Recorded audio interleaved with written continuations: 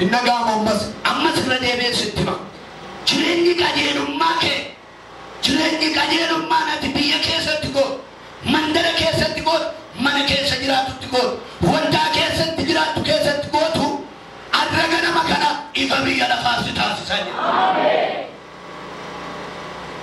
Jalana isinitti hima ganama kana ifa biyya lafaa ta'uudhaaf qajeelummaan barbaachisaadha. Ifa biyya lafaa taatee biyyaa biyyatti deemtee sagalee Waaqayyoo barsiisuun qajeelummaan anasis barbaachisa.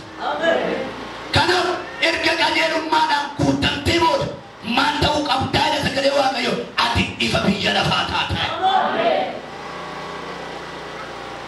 Sasimantii qabii qajeelummaa of keessaa qabdaa jedhee qajeelummaa of keessaa qabaannaan jedhee ati ifa biyya lafaati.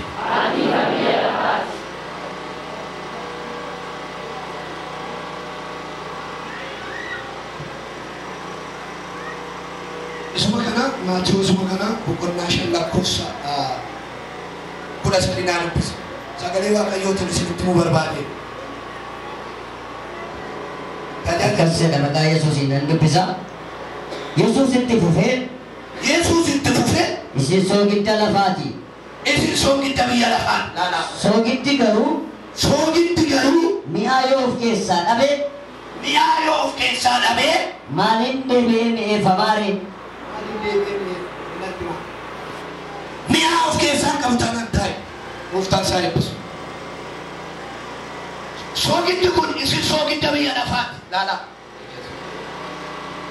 Wanti macaan fakkeeffamu kana laala. Wanti jireenyi kee keessatti ati maalidha? Ati soogidda biyya lafaati. Soogidda biyya lafaa ta'uudhaaf immoo ati maaltu si qunnamuu qaba? Maal keessa galuu qabda? Qajeelummaa keessa jiraatu. Yesuus ganni gooftaa. Yesuus ammas itti fufee ati soogidda biyya lafaa. Yoo maantee soogidda biyya lafaa taata qajeelummaa kanaa yoo jiraatteedha. Dura maal jedhee yoo qajeelummaadhaan jiraattee maal taate? Ifa biyya lafaa taata. Ifa biyya lafaa kana jechuun waan biraa miti. Ifti jechuun gaafa ati kallattii garagaraa keessa deemtu gaafa dukkanni jiru ifa sitti fakkaata. Gaafa cillima guddaa keessa galtu maaltu sitti fakkaata? Ifa taata jechuudha. Warra dukkana keessa jiran, warra makaraa keessa jiran ifuma sagana miti. Gaafati qajeelummaa sagalee Waaqayyoo qabattee deemtu namoota baay'eetu dukkana keessa jira. Namoota baay'eetu dukkana keessatti kufee jira. Biyya baay'ee dukkana keessatti kufee jira. Dhaloota baay'ee dukkana keessatti kufee jira. Gaafati qajeelummaadhaan jiraattu, gaafati sagalee Waaqayyoo keessa galtee jiraattu maaltu ta'a? Ati ifa biyya lafaa taatee jiraattu. Maaliif? Warra rakkatan sanaaf ifa biyya lafaa taata. Warra dhibaman san waan biraa miti. Dukkana keessa namni jiraate jechuun waan biraa miti. Dhibee keessa nama jiraate jechuudha. Waan biraa miti. Rakkina keessa nama jiraate jechuudha. Waan baay'ee keessa hunduu sitti dukkanaa'e, biyyi sitti dukkanaa'e, kallattiin deemtu sitti dukkanaa'e, kan boohaa jirtu, kan imimmaan roobsaa jirtu. Ilaa sagalee Waaqayyoo kana dheera ganama kana. Warra qajeelummaa qabaniif ifa guddaan baasaa.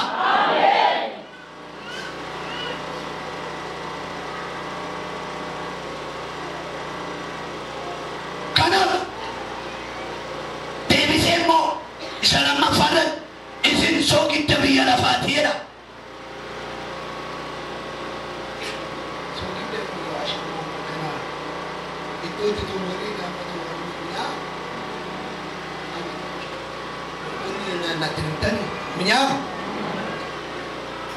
warri dhiiraayyuu gosa baay'ee qabu naanii nan qabu laafta ofuma isaanii takkoonni hojjetu ashabooti godhan malee waliin jedhan Yesuus keenya gooftaa. Kanaaf soogiddi kun yoo mi'aawuudhaa baate immoo maal godhanii akka mi'aawu ta'an ittiin jiru sila maali yookaan marfee wayii dabalantee akka soogiddi sun mi'eessu gochuu dandeessaa? Hin dandeessu. Ilaalaa sagalee Waaqayyoo kan itti fudhatu. Isiniidha qajeelummaa keessa jirtu taanaan qajeelummaadhaan biyya hooggantu taanaan qajeelummaadhaan sagalee Waaqayyoo dubbatu taanaan qajeelummaadhaan namaa kadhattu taanaan qajeelummaadhaan nama gargaartu taanaan qajeelummaadhaan nama ootu taanaan atiidha soogidda biyya lafaa si godhaa'edha. Inni isaa kanuma waan biraan qabu. Ati immoo soogidda biyya lafaa taate taanaan ajajaa biratti soogidda biyya lafaa, biyya biratti soogidda biyya lafaa, dhaloota biratti soogidda biyya lafaa, warra rakkate biratti soogidda biyya lafaa, lafa dhibamanitti soogidda biyya lafaa. Ati hundumaa ata maaliif qajeelummaa si keessa jira. Isa simaddii qabiyaatti soogidda biyya lafaa dhadhee. Garuu qajeelummaa keessa jiraadhu jedhee. Inni lammaffaan akkamitti tajaajiluu dandeenya isa jedhu irratti inni lammaffaan amantiitti cimuudhaan. Namni amantiitti cimee lallabuu danda'a. Namni amantiitti cimee kadhachuu danda'a. Namni amantiitti cimee lafa kamittuu iddoo kamittuu silaa dura biyya lafaa ta'e amantiitti cimee edaa silaa immoo soogidda biyya lafaa ta'eera. Amantiitti erga cimee maal sodaata? Maal sodaan?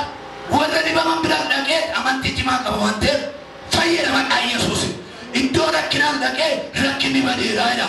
Warra dhibee bira dhaqee dhibeen badeeraa. Maali? Amantii cimaa qaba qaba.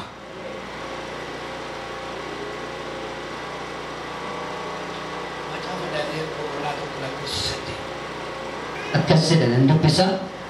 Daani'el garuu nyaata mootichi nyaatuu fi dhugaatii inni dhugu soorachuudhaan akka of hin xureessinee fi gara murate.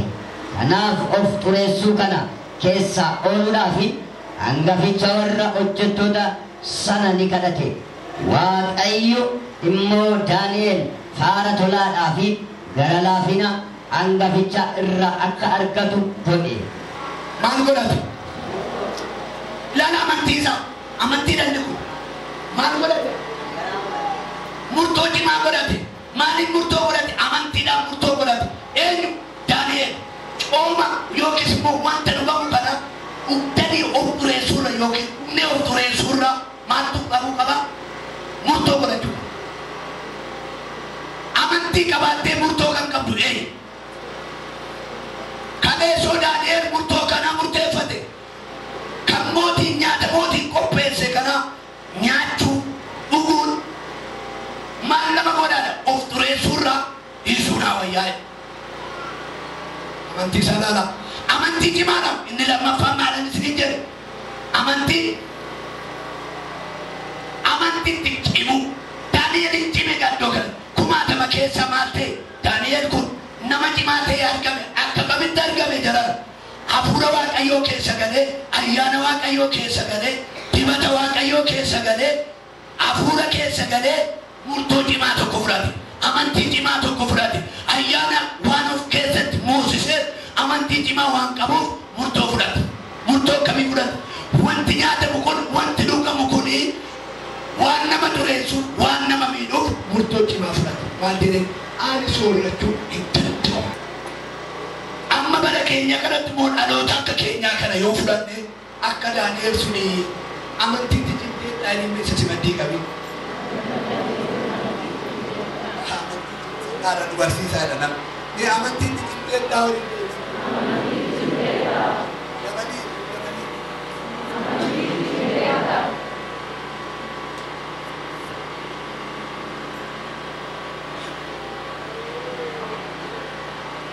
yoo cimne ta'e har'a barumsa tokko fudhachuu qabna. Eenyurraa? Daani'el irraa. Eenyurraa? Nama Waaqayyoo Daani'el irraa. Amantii cimaa kana fudhachuu qabna. Maal guddeet akka kamitti fudhachuu qabna? Akkuma inni hin jedhe wanta biyya lafaa sana garaa isaa murate wanta ni nyaadhu kun wanti dhugu kun anan fayyadu murtoo fudhate kana murtoo fudhachuu qabaachuu qabna. Lafa deemtutti murtoo fudhachuu qabaachuu qabna. Magaalaa keessa deemtutti murtoo fudhachuu qabaachuu qabna. Gaafa rakkinni dhufu rakkinaaf hin jilbeeffatu. Nama jedhu barbaadarra. Yeroo waan tokko keessa galtu qajeellaa biyya lafaaf xuraa'aa biyya lafaaf nama hibbii jedhee garaa muratu hin barbaadu. Isa kanaaf kana gochuuf kana diduudhaaf immoo inni jalqabaa inni hangafaa amantii cimsachuu yookiin immoo amantii keessa galuudha. Namni tokko dhufee lafa kanatti hin amana gooftaa amantii amantii isa kana miti. Inni waamichadha. Isinin tanima inni kun waamicha. Yeroo tokko namni adduufi namantiitti cimaa iddoo kana gaafa dhuftee lafa kanatti harka kee ol kaaftee gooftaa kee fudhattu waamicha. Akkuma macaafni qulqulluun jedhu waamichi lama akka ta'e beekaa. Isa kana guyyaa biraan isin barsiisa. Waamichi lamatu jira. Waamichi inni tokko waamicha tajaajilaadha. Inni tokko immoo waamicha isa jalqaba gooftaan keenya Yesuus nu waamudha. Isa kana guyyaa biraan isin barsiisa. Amma garuu amantiitti namni cimee namni amantii keessa galee kajeellaa biyya lafaa haa ta'u rakkina kamaa ta'u gidiraa kamuu haa ta'u boo'icha kamuu haa ta'u nama hin biijelutu ta'uu qaba. Dubbii Waaqayyootiin sitti irraaju. Galgala kanaa kaaftee yoo kadhatte ilaa sitti hima rakkinni jireenya kee kanarraa ta'e galgala kana gad deebi'a. Kana jaalladhu. Amma dhaggeeffatu sitti hima biyya koorratti rakkinni ta'eera gidiraanta'eera humna keenya ol ta'eera dhalootatti humna keenya ol ta'eera waan goonuu dhabneerra warra jettaniif galgala kanaa booda nama kadhatee fedha humna cimaadha jedhara Yesuus.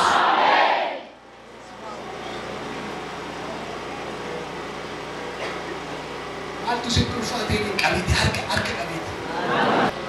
Yesuus keenya gooftaa. Kanaaf namni qajeelummaadhaan jiraate amantii cimaa fudhachuu qaba. Amantii cimaan immoo sis fayyada anas fayyada. Biyya fayyada, dhaloota fayyada, waldaa kiristaanaa fayyada. Maaltu amantii cimaa qajeelummaa. Yesuus keenya gooftaa. Inni sadaffaa dafee dubbadhaa. Inni sadaffaa nama akkamiitu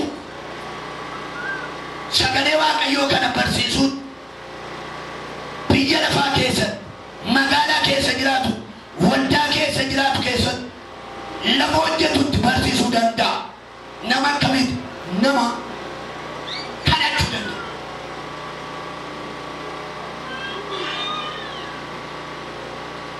Hin kadhatte yoo ta'e ati biyyaa furmaatu. Hin kadhatte yoo ta'e ati dhalootaan furmaatu. Hin kadhatte yoo ta'e qajeelummaadhaan kadhatte yoo ta'e dhaloonni hundumtuu harka kee gara. Biyyi hundumtuu harka kee gara. Rakki hundumtuu harka kee gara. Waan kamiyyuu haa ta'u namoonni baay'een rakkina of gararraatti moosisaniiti. Rakkinni kun na caaleera jedha.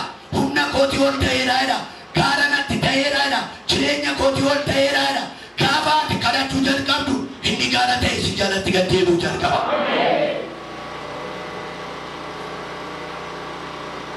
Ikoonomiin natti ulfaateera humna kootii ol ta'eera mee amma galiitti sitti hima sagalee tokko sitti hima galgala kana saatii ammaa kanaa kaase sitti himu adraa kaasitiin gaafa mana kee gal galgalas mana kee gal ammas mana kee gal mee kadhadhu wanti rakkina ta'e mataa kee gararraa ta'e gad deebi'aan jedhe. Namoonni baay'een hojiin dhabee rakkina cimaa natti ta'eeraadha. Namoonni baay'een yoo ani bakka tolli ayyaana qabuudha kun akka keenyaa kun amma namoonni iddoo garagaraa ol lamatti illee tajaajila maalee namoota baay'ee ol jedha tajaajilaan akka keenyaa. Man ani itoon tajaajila ayyaana cimaa qabuudha baay'ee tajaajiluun dhabe akkasan ta'e hin kadhanne immoo kadhatte dhimmasaa sitti immoo ofii miti waltajjii kan barbaadu waltajjii si barbaadu jalqaba. Inni kun garuu inni hangafaa maaliidhaa kadhachuu si barbaachisa. Namni kadhata qabu waltajjii nama yeroo tokko namoonni almadara kitti bahee tajaajiluun qabaadha. Falmi cimaa kaasa. Jiru immoo hin kadhanne. Akkumanti dhufeetuma nan tajaajilaa malee hin kadhanne. Otoo ta'ee jiru jeeqamni garuu sakaa waggaa 20 sakaa waggaa 10 lakkoofsa. Inni kun hishaara amma. Inni kun hin kufaanna.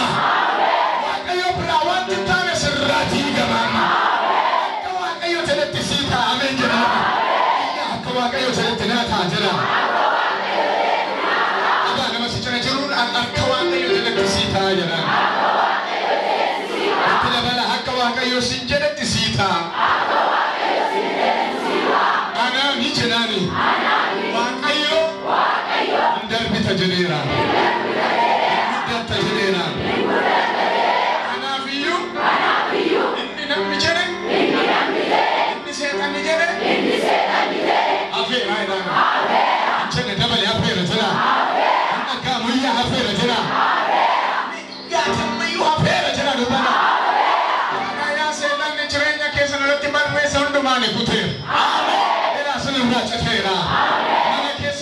hojjeteera inni Yesuus galata jiraasa galata fadamayo kasa nama tokko kanatti kasa keessa haaraa sirriitti kasa tuutiin aangoon du'a mana keessa nurraa cabeera jireenya keessa nurraa cabeera karaa keessa nurraa cabeera waan akka xalayaa dabdaabneen barreeffamee ashagame waan akka xalayaa na dhufee harka nama tokko tokko keessa galu argaan jira iyyaa naa feera jedha jabanaa iyyamameera jedha